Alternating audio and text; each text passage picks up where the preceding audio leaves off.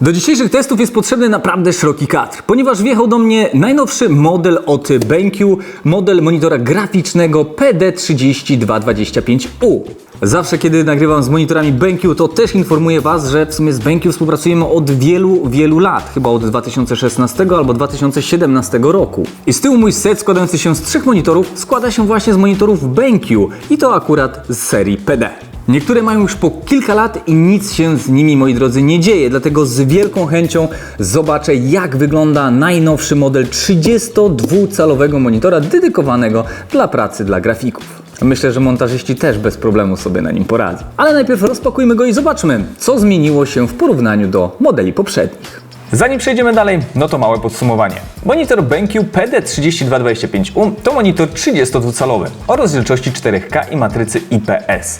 Monitor posiada współczynnik kontrastu 20:1, obsługuje HDR10 i Display HDR400. Pokrywa 98% przestrzeni kolorów DisplayP3, 99% sRGB i 99% Rec 709. I ma wartość delta E poniżej 2.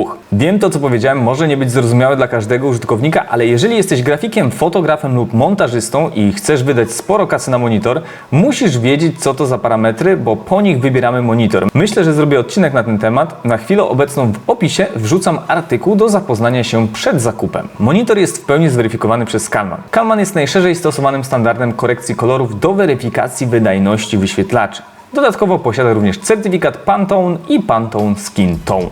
No zbyt wiele ze złożenia samego monitora tutaj Wam nie pokazywałem, bo jednak jest banalnie proste i do tego nie potrzebujemy żadnego śrubokrętu. Ale chciałbym, zanim przejdziemy do podłączenia i dalszego etapu, najpierw zwrócić uwagę na rzeczy, jakie mamy w zestawie, bo to jest akurat dosyć ważne i jak widzę w kolejnych etapach BenQ również o to też dba. Najważniejszy oczywiście kabel zasilający, bez którego monitor nie będzie działał. Następnie mamy tutaj kabel DisplayPort, więc możemy sobie bezpośrednio podłączyć już kartę graficzną i monitor po kablu DisplayPort. Mamy również tutaj kabel HDMI, więc możemy podłączyć po HDMI. Mamy, co bardzo ważne, kabel Thunderbolt. Już w wersji 4 dostajemy tutaj w tym monitorze. Po co on będzie i do czego on będzie służył, to powiem Wam w kolejnym etapie. No i tutaj też właśnie dosyć ciekawy kabel. Zawsze zapominam, jak on się nazywa. Z jednej strony jest USB, a z drugiej strony, kurczę, właśnie nie pamiętam, jak on się tutaj nazywał, ale jest on potrzebny do tego, jeżeli chcemy połączyć monitor w tak zwanym Keyboard Video Mouse. Klawiatura, wideo, mysz, czyli jednym zestawem klawiatura, mysz jesteśmy w stanie operować na przykład 2 komputerami. Mamy komputer stacjonarny i na przykład laptop. No ale to też w sumie Wam pokażę. W zestawie dostajemy jeszcze Hotkey Pack G2 w wersji drugiej, właśnie ulepszony pilot ze skrótami klawiszowymi, to też zobaczycie. Instrukcja obsługi i jak zawsze do monitorów profesjonalnych BenQ dodaje również certyfikat po kalibracji kolorów, więc możemy też sprawdzić, jak został skalibrowany i jakie specyfikacje ma po kalibracji nasz monitor. Oczywiście po pewnym okresie użytkowania warto jest sobie ponownie monitor skalibrować, no bo im dłużej go używamy, no to monitory mają to do siebie, że po prostu się rozkalibrowywują. Monitor podłączyłem już do swojego laptopa, ale nie podłączyłem go właśnie kablem ani HDMI, ani kablem DisplayPort, tylko także dołączonym kablem Thunderbolt. Dzięki temu, jeżeli nasz sprzęt obsługuje taki port, to możemy bez problemu właśnie podłączyć nasz sprzęt i plus jeszcze jest taki, że zasilanie z monitora ładuje naszego laptopa. Czyli pozbywamy się tak naprawdę jednego kabelka. Musimy jednak zwrócić uwagę na jedną bardzo ważną rzecz, bo oczywiście jest to ładowanie naszego sprzętu, ale jeżeli dojdzie do sytuacji, że naprawdę nasz sprzęt, tak jak tutaj na przykład mam Zephyrusa, bardzo mocno go obciążę, no to ładowanie z takiego portu może nie być wystarczające. Ale jeżeli chodzi o ładowanie takie casualowe, jeżeli chcemy po prostu sprawdzić pliki, coś tam delikatnie pomontować, a nasz sprzęt nie będzie mocno obciążony, to w zupełności wystarczy. Jak jesteśmy już przy tym naszym porcie Thunderbolt, to warto wspomnieć o technologii Daisy Chain, połączeniu Daisy Chain, które akurat BenQ dedykuje dla Maców. No trochę smutne, ale tak po prostu jest.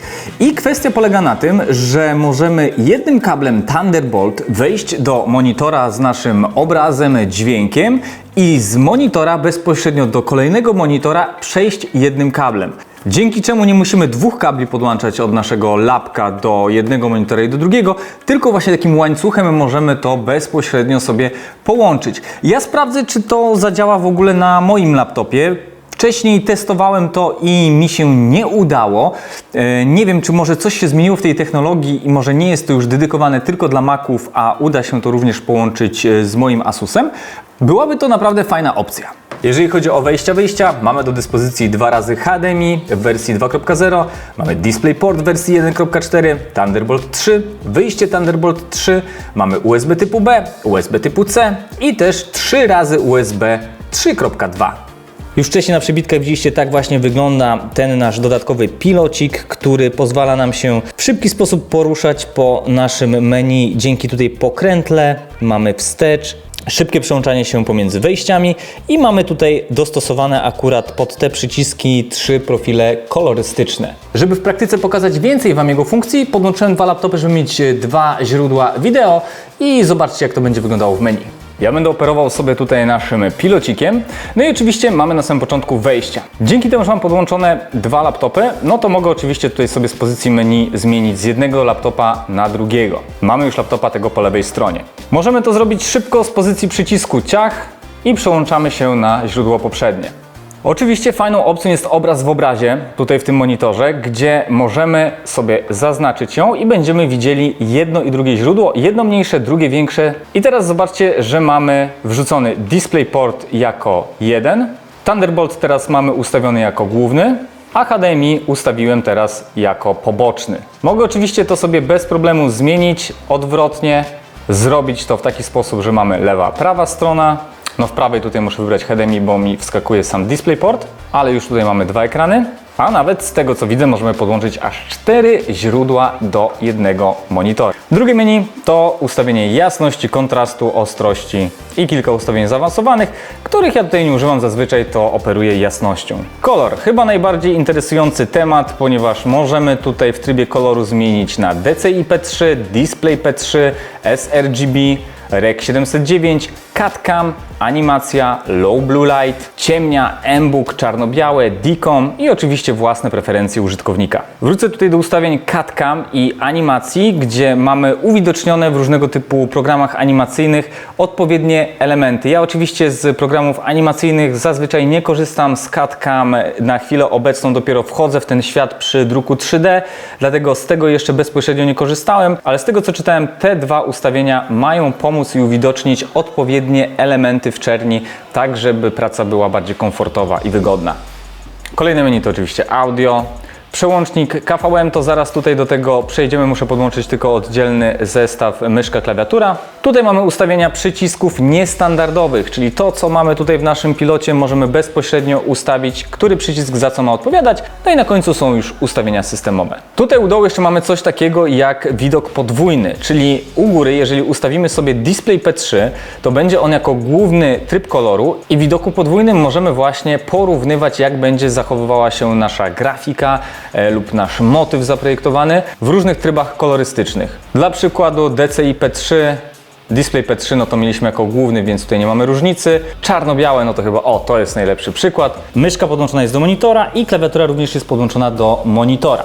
Teraz jesteśmy połączeni poprzez kabel Thunderbolt i wykrywa nam, że poruszamy się myszką na sprzęcie po prawej stronie. Jeżeli teraz zmienimy sobie tutaj źródło, to możemy robić wszystko na sprzęcie po lewej stronie i wszystko to działa właśnie dzięki KVM.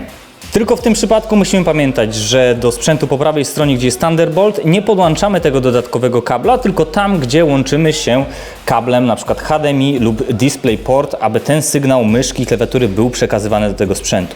No dobra, ale czy teraz tylko i wyłącznie Maci będą mogły być podłączone tak zwanym łańcuchem, czyli jeden laptop, 2 monitory, a wszystko będzie to połączone kabel i od tego do kolejnego monitora kabel. Sprawdźmy to.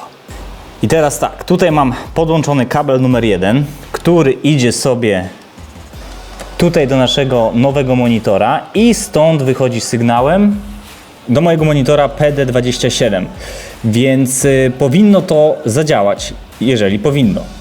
Sprawdźmy to teraz, przyłączymy się tutaj na Thunderbolt z DisplayPortu i stąd powinien sygnał pójść tutaj.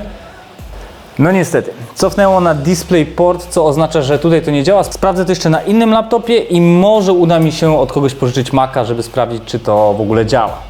Udało mi się pożyczyć Maca, żeby sprawdzić, czy będzie to działać właśnie w tym systemie łańcuchowym. No i rzeczywiście działa. Mamy Maca, monitor numer 1, monitor numer 2 razem ze sobą zsynchronizowane i widać, że to działa. System dedykowany dla Maców. Niestety, moi drodzy, tak jak ja, Windowsowcy, nie pocieszą się z tego systemu i będą musieli podłączyć to po prostu 2 kablami.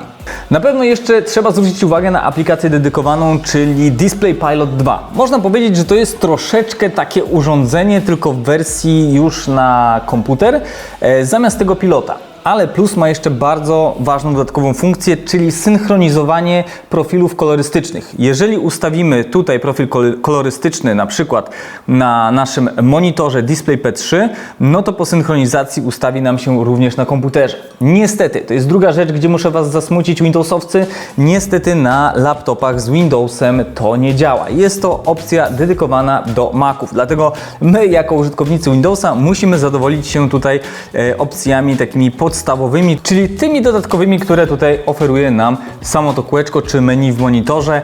To tutaj możemy większość tych rzeczy właśnie ustawić, plus nawet oddzielnie jasność jednego, drugiego monitora. To teraz, moi drodzy, małe podsumowanie. BenQ PD3225U według mnie naprawdę daje duże możliwości dla grafików, fotografów, montażystów, gdzie dzięki profilom kolorystycznym i funkcjom, jakie oferuje, pozwala zwiększyć komfort pracy. Ja na monitorach serii PD pracuję już kilka lat i naprawdę nie mam do czegoś się przyczepić, jeżeli chodzi o kolorystykę. Wiadomo, co jakiś czas trzeba je skalibrować ponownie, ale naprawdę po wyciągnięciu z pudełka możemy swobodnie je używać.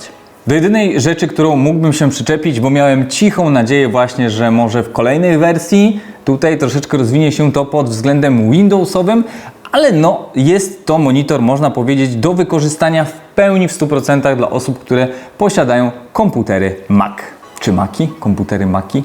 No, typowo dla makowców. Wtedy wykorzystają automatyczne przełączenie pomiędzy profilami, wyrównywanie profilów pomiędzy Maciem a monitorem, a także będą mogli wykorzystać połączenie łańcuchowe.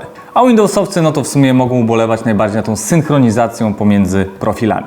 No i na końcu kasa. Monitor nie należy do najtańszych, ale też jest dedykowany dla profesjonalistów. No i jak jesteśmy już trochę w branży i utrzymujemy się z tego, no to warto jest zawsze gdzieś tam inwestować w nasz sprzęt.